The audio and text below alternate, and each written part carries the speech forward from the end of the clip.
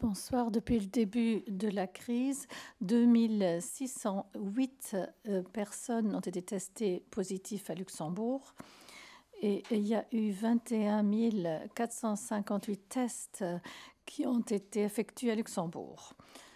En plus, le chiffre de décès se monte à 31 personnes, donc une personne de plus, en plus de celle qui est venue du Grand Est et qui n'a pas survécu. Donc c'est vraiment au nom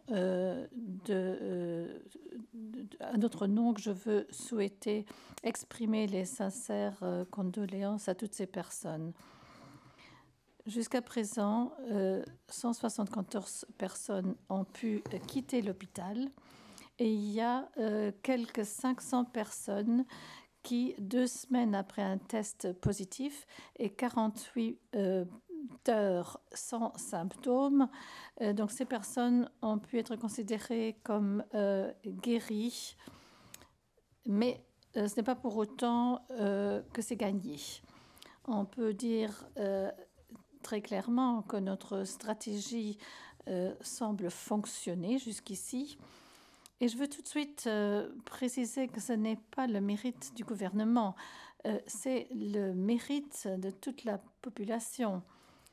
C'est parce que la plupart d'entre nous se tiennent aux règles. Et notre bon sens, le bon sens de tout le monde et des entreprises, donc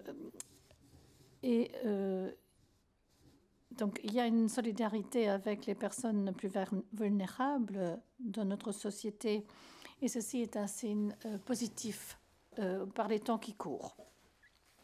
Mais nous travaillons déjà sur les nouvelles étapes et comment faire pour la suite. Je sais que beaucoup d'entre vous, beaucoup de sociétés aussi, se demandent quand tout ça sera fini, surtout les restrictions. Mais on n'y est pas encore.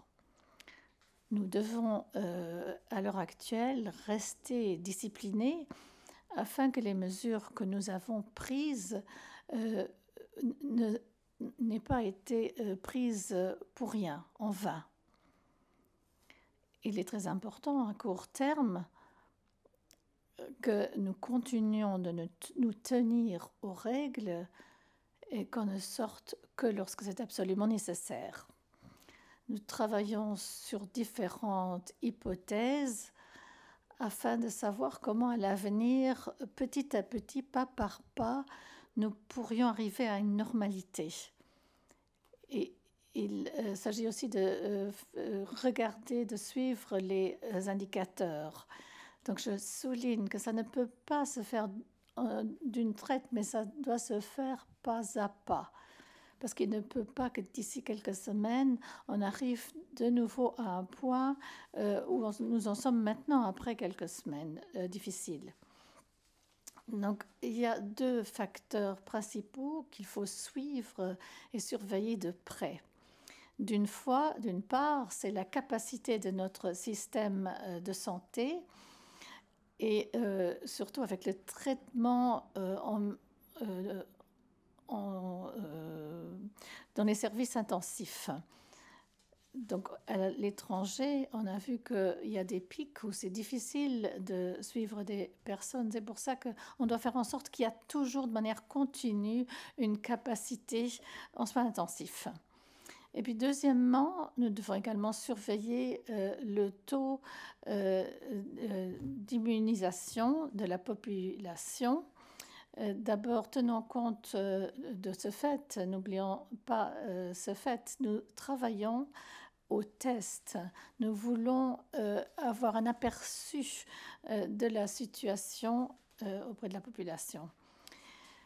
En tant que gouvernement, je tiens à le souligner, nous travaillons en étroite collaboration et nous analysons toutes les considérations et hypothèses possibles. Nous sommes également en contact étroit avec les scientifiques et experts. Donc, ces gens-là jouent un rôle important, fondamental dans ce domaine et ils nous livrent en information, ils nous fournissent en information. Il y a d'autres facteurs, bien entendu, qui concernent également la santé de la population. Et il faut les prendre au sérieux. Ce sont les facteurs psychiques et physiques de la population. Il faut également les analyser. Je répète, mais pour le moment, il faut persister. On ne souhaite pas que tous les efforts fournis jusqu'à présent n'aient pas l'effet escompté parce qu'on pense trop tôt que la crise est finie et qu'on peut vivre comme auparavant. Ce n'est pas le cas à l'heure actuelle et ça ne le sera pas demain. Aujourd'hui, au Conseil de gouvernement, nous avons pris encore quelques décisions. Vous savez que cette discussion sur les règles d'exception au contrôle technique était en discussion.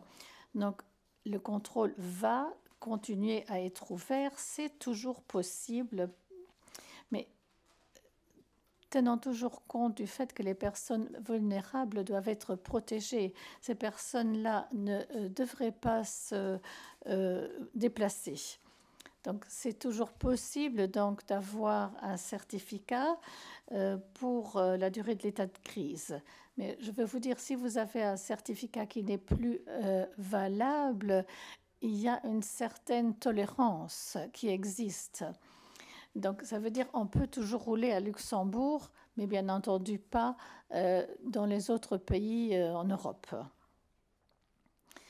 Mais je vous le dis, il y a d'autres initiatives encore qui sont faites avec la SNCA pour les personnes qui ne peuvent pas se rendre seules au contrôle technique, pour qu'il y ait quand même une possibilité pour elles. Un autre point important encore, c'est le congé pour raison familiale qu'on a étendu pour le cas de personnes ayant des enfants handicapés au-delà de 13 ans, donc des enfants qui sont probablement dans des structures. Il faut que les parents puissent s'occuper de ces enfants. Et également d'autres personnes, d'autres jeunes qui sont dans des structures normalement. Et si ces structures sont fermées maintenant et que les personnes ne savent plus quoi faire, parce qu'il faut une structure où il faut un traitement, et si personne d'autre ne peut s'en occuper, alors à ce moment-là, il y aura la possibilité qu'on puisse demander le congé pour raison familiale si on ne bénéficie pas déjà du congé du chômage partiel. Donc il y a d'autres mesures qui viendront encore. Et je donne la parole à Madame la ministre de la Santé. Je vous remercie. J'ai des chiffres pour vous. J'ai des sentiments un peu mélangés. Vous savez, c'est un moment difficile parce qu'on doit dire qu'il y a donc un décès de plus en même temps. Et ça nous donne un petit point positif, c'est le chiffre des personnes nouvellement infectées commence à être réduit, 121 d'une journée à l'autre, mais la progression commence à freiner un petit peu. Ça nous donne un indice que les mesures, que la discipline porte ses fruits. C'est très important, ce n'est pas le moment d'arrêter, parce que les moments plus durs viennent encore. Les infections ne sont pas finies et les temps durs dans les hôpitaux vont vraiment démarrer. Donc, parce que c'est déphasé. Les personnes sont d'abord infectées et ensuite, si les difficultés surgissent, voilà, il y aura des difficultés. Donc, nous ne sommes pas encore arrivés au pic. C'est pour ça, tenons bon. Et il est important de ne pas se lâcher.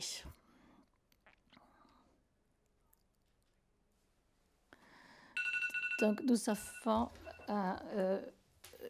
une moyenne de 86 personnes pour les personnes donc, qui sont décédées.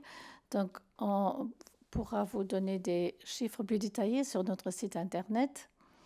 Donc, je peux vous annoncer qu'il y aura ces chiffres quotidiennement. Vous aurez le chiffre des personnes nouvellement infectées sur le site. Il y aura également le chiffre mis à jour des victimes et également le chiffre des hospitalisations. Et avec le détail, donc combien de personnes dans les lits normaux, combien de personnes en soins intensifs. Pour vous donner une indication, aujourd'hui à 10h30, nous avions 232 personnes hospitalisées, dont 33 en service intensif pour nos résidents, plus 10 personnes que nous avons accueillies du Grand Est, plus particulièrement de la région de Thionville. Donc, 43 personnes ont tout été aux réanimations ce matin. Donc, cette maladie a quand même une fin pour certaines personnes. 174 personnes ont pu quitter l'hôpital. Et notre Premier ministre l'a dit, à peu près 500 personnes sont considérées comme guéries. Donc, les critères de 15 jours plus un délai de 48 heures après les symptômes. Donc, la maladie va encore rester, mais vous voyez, il y aura une fin. Donc, ce chiffre-là va également être mis sur Internet. Au départ, j'hésitais de donner ce chiffre, mais finalement, vous allez pouvoir avoir tous les chiffres et vous verrez le nombre d'hospitalisations et puis les sorties également. Donc, ça nous montre ce qui se passe réellement sur le terrain. Je souligne encore que du fait que nous faisons beaucoup de tests, 21 454 exactement aujourd'hui, et nous en ferons encore davantage. Nous sommes parmi les pays, nous sommes les premiers parmi les pays qui font les tests, et nous allons suivre la même cadence. Nous allons un taux de mortalité très faible, 1,1%.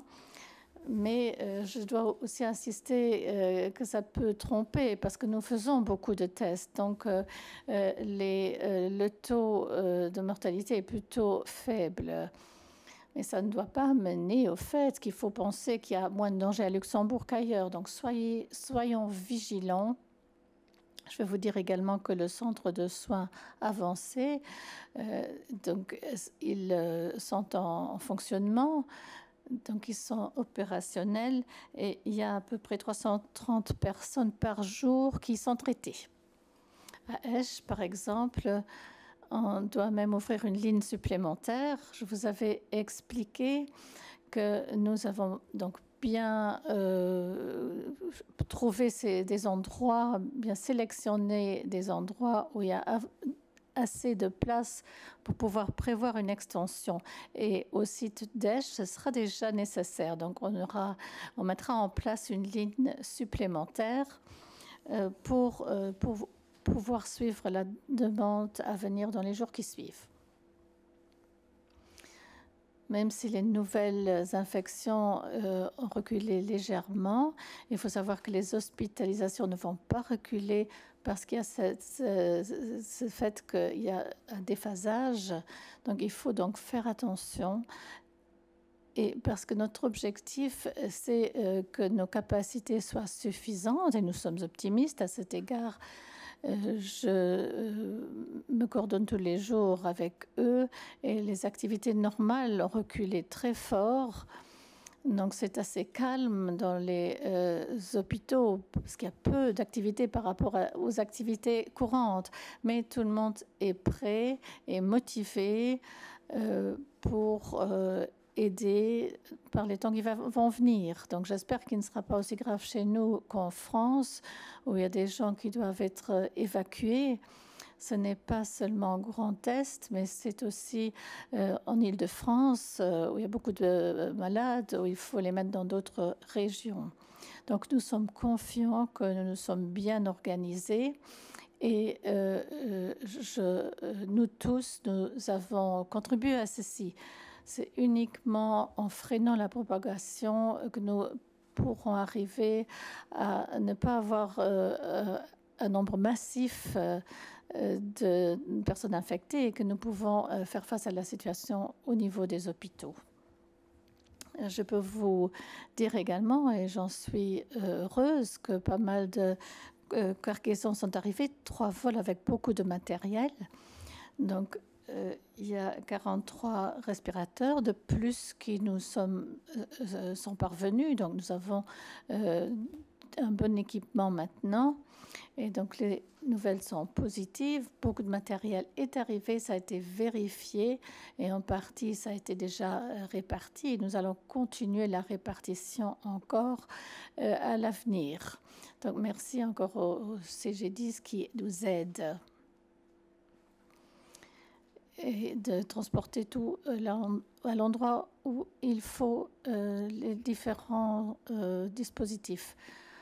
Donc, on parle beaucoup de masques ces derniers temps. Donc, nous soutenons toute initiative que les gens prennent, même s'ils arrivent à trouver des masques, pas aussi professionnels, mais qu'ils utilisent également des masques. Et je ne peux encore vous dire que un masque n'est pas une protection à 100%. Donc, ce qui aide, c'est de garder ses distances, rester à l'intérieur, ne pas bouger trop à l'extérieur, rester solidaire avec les personnes plus âgées et respecter les gestes barrières.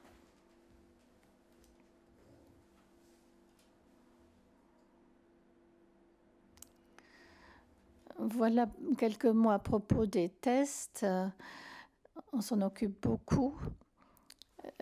L'OMS a sorti une nouvelle directive pour le 1er avril pour la stratégie de test.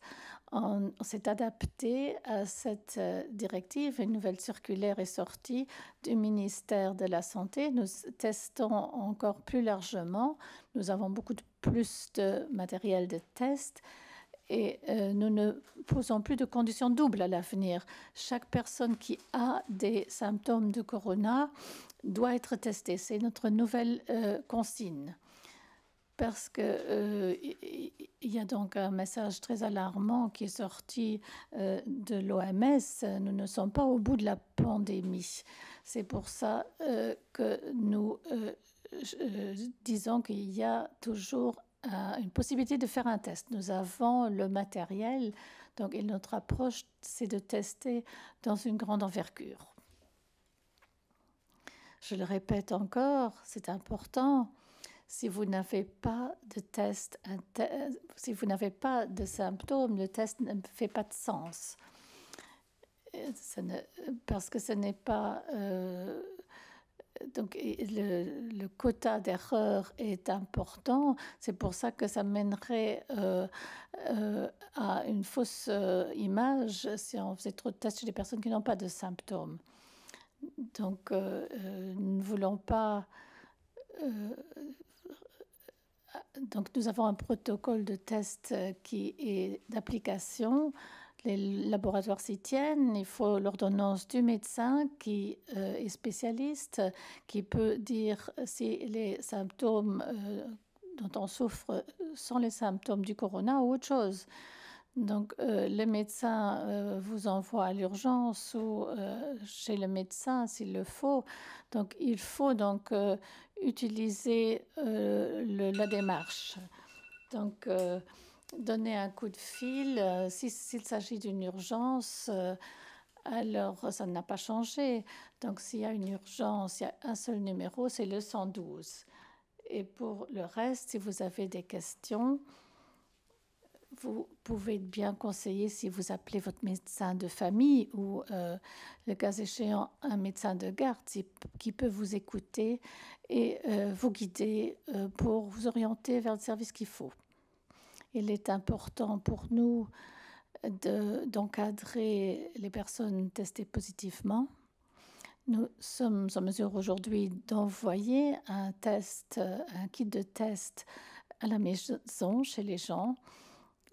Donc, on peut également donner des solutions à base d'alcool aux personnes pour se débrouiller.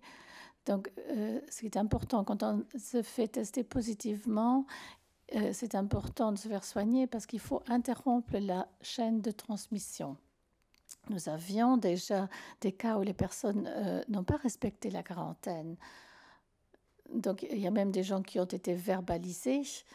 Et donc, je veux le rappeler encore une fois, si on vous dit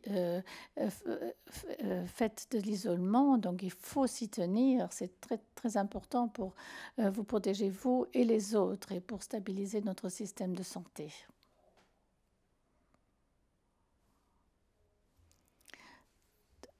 On a fait allusion tout à l'heure au fait qu'on va bientôt entrer dans une phase de test de groupe. Donc les tests ont été évalués. C'est un test qui est fait sur base d'un échantillon et nous permettra d'avoir un aperçu dans quelle mesure le virus est répandu. Donc ce sera important de savoir combien de personnes ont construit cette immunité, je l'espère. Donc, nous sommes parmi les premiers pays qui mettront en route un tel projet. Et je suis très heureuse de pouvoir dire que rien ne s'y oppose pour le moment. Et dans les semaines qui vont venir, on va démarrer ces tests et je vais vous en dire plus encore. Encore une autre info, nous avons fait des tests rapides qui sont testés pour le moment. Ce n'est pas un test d'immunité, c'est une nouvelle génération de tests contre le corona. On peut détecter le patient positif. Donc, il y en a certains sur le marché, mais ils ne sont pas encore tous vraiment prêts à être utilisés. Donc, c'est pour ça que nous faisons des tests. Donc, peut-être dans une deuxième phase, on pourra utiliser ce genre de test. Donc, le test d'immunité, c'est pareil, on l'a testé largement avant de se décider pour celui qu'on a finalement. Parce qu'il y a beaucoup de nouveaux produits qui viennent sur le marché, mais on doit d'abord tester ce qui convient pour nous et ensuite faire les commandes. Donc, nous avons vu dans nos chiffres qu'il y a une catégorie d'âge, donc parmi 70 et 79 ans. Dans cette fourchette, il y a pas mal de personnes qui ont été infectées. Donc, c'est pour ça que je vous dis encore une fois, prenons soin de ces personnes. Si vous sortez de trop, si ces personnes sortent de trop, nous voyons dans les statistiques que c'est un problème. Peut-être que vous ne vous en rendez pas compte parce que les symptômes peuvent venir que plus tard, mais on le voit dans les chiffres. Donc, je fais encore un appel aux personnes concernées et les personnes autour. Donc, faites attention à vous, faites attention aux personnes autour de vous. Donc, c'est pour ça qu'il nous importe vous donner ce genre d'informations. Les chiffres ne mentent pas.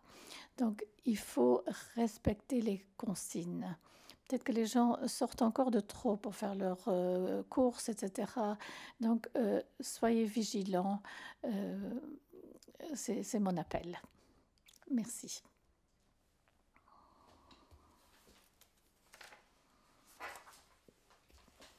Première question d'RTL. Vous avez déjà répondu à la première question, les caractéristiques des patients. L'autre, c'est plutôt une remarque. Vous l'avez déjà mentionné, c'est concernant les tests. Autre question d'RTL.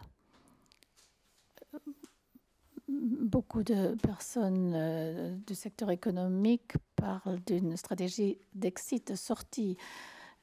Est-ce que vous avez un pronostic? Quand pensez-vous que la vie normale recommencera? Est-ce qu'il y a un objectif? Je peux vous dire une chose. Celui qui pense qu'on doit ouvrir tout maintenant se trompe. La ministre l'a dit, nous arrivons dans une phase de stabilisation. Nous allons analyser toutes les caractéristiques nécessaires. D'une part, le côté médical, le côté psychologique, physique, etc. Ça concerne également l'économie, mais l'économie ne peut pas passer devant. Nous travaillons sur une stratégie de sortie, mais c'est plutôt une stratégie de déconfinement ou une surveillance. si on relâche le confinement, donc, et puis après, quand on voit les chiffres, il faut revenir en arrière. Donc, c'est pour ça qu'on regarde vraiment les éléments avec prudence, et puis on va procéder par étapes pour faire le déconfinement. Donc, on va employer les critères dont je vous ai parlé auparavant. Donc, voir aussi quel est le nombre de personnes qui sont en soins intensifs. Question d'RTL.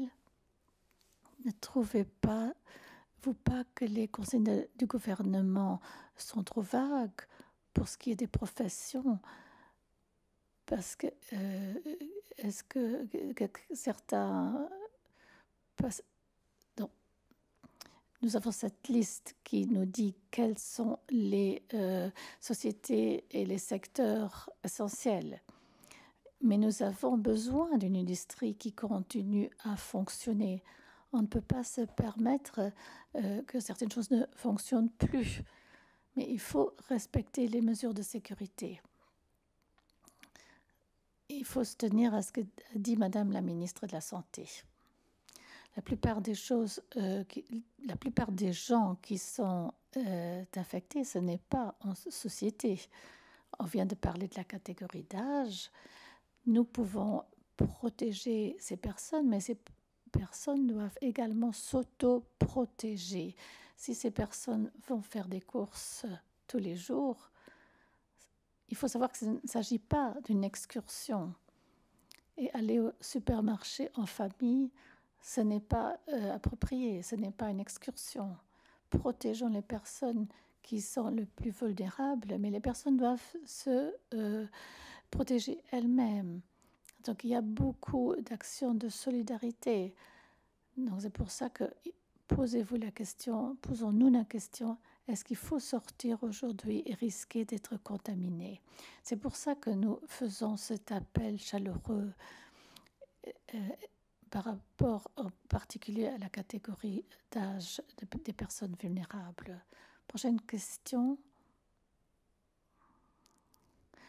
Est-ce qu'il ne serait pas approprié de proposer les pneumocoques, je pense, aux personnes? On propose ceci à pas mal de personnes. Donc, c'est le médecin de famille qui s'en occupe, qui s'occupe des vaccins qui sont appropriés. Autre question. Quand est-ce que les familles, quand ils s'occupent quand ils observent toutes les consignes, qu'est-ce qu'ils peuvent faire pendant les vacances de Pâques? Nous n'avons pas de message positif. Il y a des consignes dont je viens de parler. Donc, les personnes vulnérables, on doit les protéger. Nous savons que ça ne va pas s'améliorer sur les semaines. C'est difficile de confiner les personnes plus âgées, mais c'est pour elles. Donc, dans une maison de retraite, par exemple, il y a un risque lors de chaque entrée et sortie, et c'est pour ça que nous devons continuer de maintenir ces mesures. Question de passe-parole pour M. Battel. Refuser leur demande de chômage faite de façon correcte selon les indications du gouvernement, et maintenant ils sont obligés de tout refaire et de s'adresser ailleurs. Qu'est-ce qui est arrivé? Je ne comprends pas trop la question. Pourquoi juste les fiduciaires? Donc, il y avait des problèmes avec les demandes de chômage partiel parce que les dossiers concernent les demandes normales. Donc, il y a de nouvelles demandes qui ont été faites. Ce n'est pas seulement les fiduciaires, il y a plein de demandes qui ont été faites. Donc, il faut le matricule, le nombre de personnes qui travaillent dans la société, le nombre de personnes qui sont au chômage partiel et la masse salariale, c'est qu'un compte. Et avant, ça manquait sur le formulaire. C'est pour ça qu'il nous faut ces données-là. Donc les personnes peuvent le faire de manière digitale pour qu'il y ait une réponse positive, si possible. Donc votre question n'était pas très claire. Donc ça a été changé. Et les dossiers qui sont sortis n'étaient pas adaptés à la situation actuelle. Donc le service a été débordé de demandes. C'est pour ça que les demandes doivent être succinctes. Question pour Madame Lehnert. 2 parents ou le parent dans une famille monoparentale tombe malade à cause du Covid-19. Donc, les mesures de comportement normal comptent par rapport à un patient Covid. Les enfants ne font pas partie de la catégorie la plus vulnérable, mais il faut quand même se tenir à distance.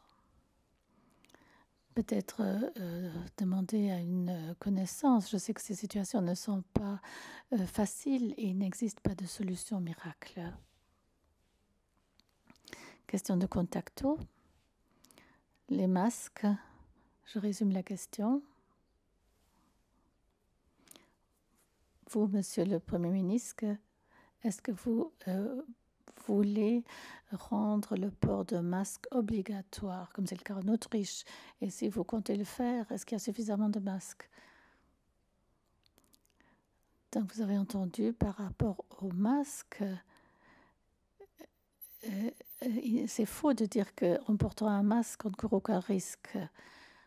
Il y a un ensemble de mesures, la distanciation sociale, il y a se laver les mains, tousser dans son coude, etc. Donc, ce sont les mesures. Donc, le masque peut-être fait en sorte que le virus n'est pas transmis, mais le fait de rendre le masque obligatoire, ne faisons pas d'hypothèse si on n'a pas de possibilité d'avoir autant de masques. Et c'est vraiment prématuré de mettre des conditions qui ne sont pas vraiment bien réfléchies. Encore une fois, c'est un point qui est analysé par les spécialistes. Le masque est une fausse garantie. Ce n'est pas parce qu'on en porte un qu'on ne court pas de risque. Mais en effet, Madame Lehnert l'a dit, il vaut mieux porter un masque et que ce ne soit pas le meilleur que pas de masque du tout. Question de contacto par rapport à la prison. Tenu de la prison de Strassig, qu'aucun test n'a été effectué, comment pouvez-vous garantir qu'il n'y a pas de contamination de prisonniers? Donc, en prison, il existe une convention avec l'un des hôpitaux pour superviser la situation. Je pars du principe que s'il y a des personnes qui ont des symptômes qui doivent être testés, ils sont testés comme tout le monde. Question de la radio 100,7. Est-ce que la police était trop sévère auprès de leur contrôle lorsque quelqu'un est seul, se marche ou est en vélo ou va dans la forêt avec la voiture? Quelle est la règle exactement? Il y a eu 180 contrôles hier de la police. 60 personnes ont été verbalisées, dont la majorité, c'était parce qu'ils ne respectaient pas la distance. Ils étaient ensemble et ne respectaient pas les distances. C'est le gros des procès-verbaux. Ce n'est pas parce qu'on a pris son vélo ou qu'on s'est baladé. Je sais que cette question se pose, est-ce que je peux ou je ne peux pas? Donc tout le monde me pose la question, est-ce que je peux utiliser ma moto? Est-ce que je dois aller promener mon chien, etc. Chacun doit se poser la question, et je le dis depuis le début. Posez-vous la question, est-ce nécessaire? Nous savons que nous avons fait beaucoup de restrictions, nous le savons. Et ce n'est drôle pour personne, et simple pour personne. Mais les personnes doivent se responsabiliser elles-mêmes. Et si je vois qu'il y a encore 60 procès-verbaux qui ont été dressés pour des personnes qui se sont rencontrées, ce n'est pas respectueux, pas responsable pour soi-même ni pour les autres. Et il incombe à la police d'appliquer ces règlements, même s'il y a des petites nuances, donc si c'est correct ou pas, mais chacun doit se poser la question à soi-même. La police fait son travail et c'est important si nous imposons des règles qu'elles soient contrôlées. Autre question, est-ce que vous soutenez le projet de la PT plateforme développée par des pays d'Europe où l'on peut donc télécharger une app qui permet de surveiller la distanciation sociale. Donc, si mon téléphone me dit s'il y a quelqu'un qui est atteint du virus autour de moi, ce n'est pas vraiment quelque chose que je vais prôner. Donc, je sais que la distanciation ne doit pas se faire n'importe comment. Si je vois avec l'app que quelqu'un est en face de moi qui avait le corona il y a 2 semaines, je ne peux pas me l'imaginer à Luxembourg. Je sais que ça peut se faire sur une base volontaire, qu'on peut faire un tracking, mais je n'ai pas de base légale à l'heure qu'il est pour pouvoir le faire de manière systématique et obligatoire. Si ça, j'imagine, si on me dit par exemple hier vous étiez à cet endroit-là, il y avait une personne qui avait le virus, mais je ne sais pas combien de mètres vous y étiez. Je ne sais pas si cette personne a éternué ou pas, si vous êtes infecté ou pas. Tel qu'on l'a fait à Luxembourg. Si une personne est testée positive, à ce moment-là, donc si un monitoring est fait par l'entourage, c'est ce que nous faisons, c'est plus efficace. Mais pour dire que c'est fait par app qui me donne une alarme,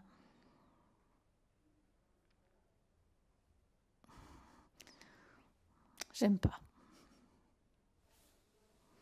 Si les médecins nous disent que ça doit être fait, on va en discuter. Mais je ne m'imagine pas cette situation-là. Je me demande si cette app, ça ne permet pas de se surveiller soi-même et de s'assurer qu'on fait la distanciation sociale.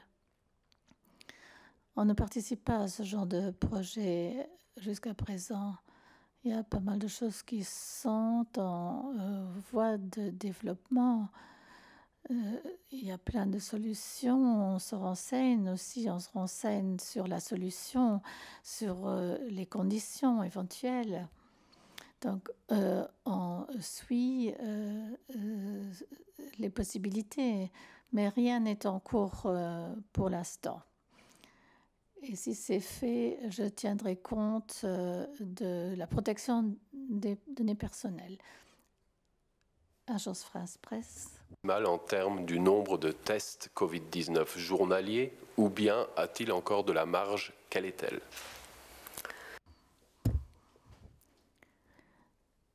Nous arrivons à un niveau très élevé, mais au fur et à mesure du matériel de tests qui arrive, nous augmentons les tests.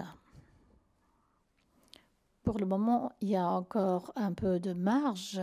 Nous sommes confiants, on a commandé beaucoup de tests, ils sont arrivés.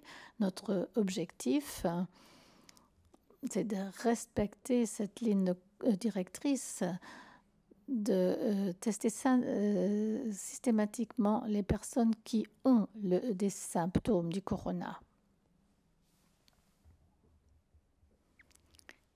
Question de Luxembourg Times. Je vais la lire en français. Le Luxembourg développe-t-il actuellement son propre test sérologique pour les anticorps Covid-19 ou mesurez-vous la fiabilité d'un test existant? Combien de temps avant que les premiers tests sérologiques soient utilisés au Luxembourg?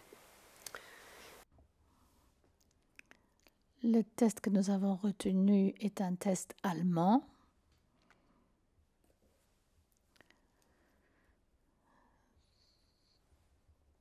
Donc, on l'a testé ensemble avec LNS et il a été accordé. Maintenant, on peut l'utiliser. Il y a aussi un modèle de Corée du Sud qu'on teste actuellement pour pouvoir l'utiliser éventuellement. Pour vous répondre, nous avons un produit allemand, pas luxembourgeois. Question du Luxembourgland. Donc, sous un angle différent, est-ce que Luxembourg tout seul peut définir une stratégie de sortie ou est-ce que cela dépend des décisions des pays voisins? Le mieux, ce serait de faire une coordination au niveau européen. Nous avons réussi à prendre des mesures. Nous n'avons pas réussi à les prendre ensemble. Ça aurait été mieux de les prendre ensemble. Dans certains pays, il y avait encore il y a quelque temps des restaurants ouverts. Donc aujourd'hui, il y a encore des mesures des pays de l'Union européenne qui n'ont pas pris de mesures. Donc nous risquons qu'il y a des choses qui se tirent en longueur parce que les effets vont apparaître plus tard. Nous avons pris certaines décisions que personne d'autre n'a prises. Nous avons pris des mesures importantes parce que nous pensons que dès le départ, nous avons décidé de prendre des mesures strictes. Nous avons pris des mesures plus strictes qu'à l'étranger. Donc, il faut faire en sorte qu'on a sa propre stratégie, mais il vaut mieux qu'elle soit coordonnée avec les autres pays européens pour faire des pas ensemble. Mais quand je vois ce qui s'est passé, je ne suis pas sûre que nous allons y arriver. Mais j'espère qu'au niveau européen, il y aura un élan de solidarité.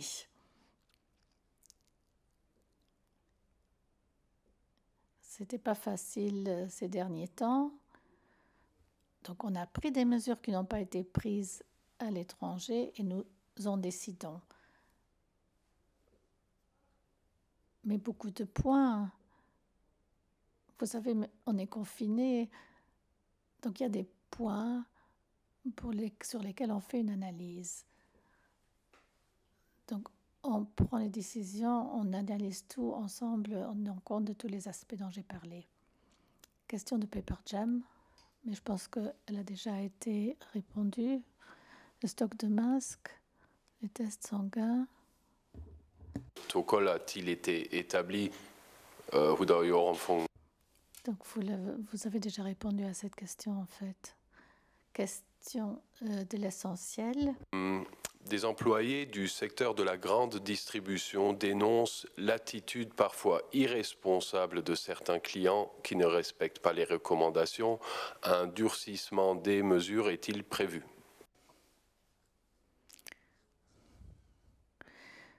Donc, au supermarché, vous savez, quand on y est, qu'on se donne des règles de 2 mètres, ça ne veut pas dire qu'on peut se regrouper devant la porte du supermarché. Si on dit qu'il faut faire ses courses seul, il faut comprendre que ce n'est pas une excursion en famille ou à 2. On essaye de donner des règles. On essaie d'appliquer le bon sens. Il y a des protections chez des caissiers et des caissières. Il y a des lignes par terre. Donc, c'est de notre responsabilité de se tenir à ces règles. Donc, nous avons pris des mesures que pour les personnes plus âgées et vulnérables puissent faire leurs commandes en ligne. Et on a déjà 1800 commandes. Donc, j'insiste pour dire que faire ses courses, ce n'est pas une excursion. Ne sortez pas 5 fois par jour pour acheter un petit truc. Il faut sortir le moins possible.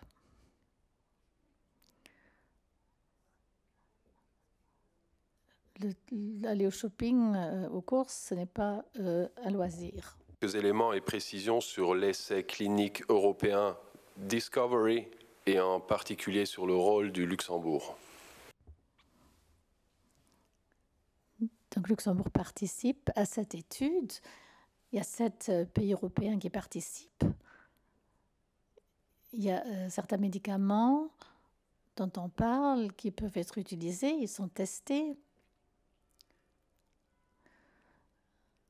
Donc les médecins échangent leurs expériences, il y aura une évaluation commune. C'est un projet de test de médicaments. Question de Tageblatt. En allemand. Sur quoi se base l'autorité médicale pour traiter les patients? Est-ce que les associations ont été impliquées des médecins? Donc, nous prenons les prescriptions de l'Organisation mondiale de la santé ainsi que celles de l'Organisation européenne.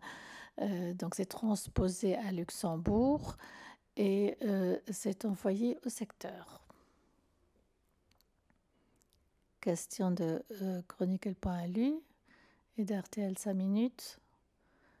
Et remarque auparavant, vous avez dit que 2608 cas ont été testés et c'est marqué 612. Donc c'est que le site a été mis à jour. Donc moi j'ai les chiffres du début d'après-midi. Donc ce sont les chiffres qu'on a reçus à 14 heures. Autre question du quotidien, à laquelle on a déjà répondu en partie, concerne encore la stratégie de sortie. Au niveau européen, est-ce qu'il faut harmoniser? Où en sont les travaux? Je vous en ai parlé déjà tout à l'heure. La stratégie, c'est comme si on sortait de tout. Donc c'est plutôt une surveillance, un déconfinement progressif. Ça, c'est plutôt le chemin qu'on va suivre plutôt que d'un exit. Donc la surveillance nous permettra de faire l'évaluation et de changer éventuellement certaines choses. Donc il faut trouver notre chemin. Question du Lützburgerland.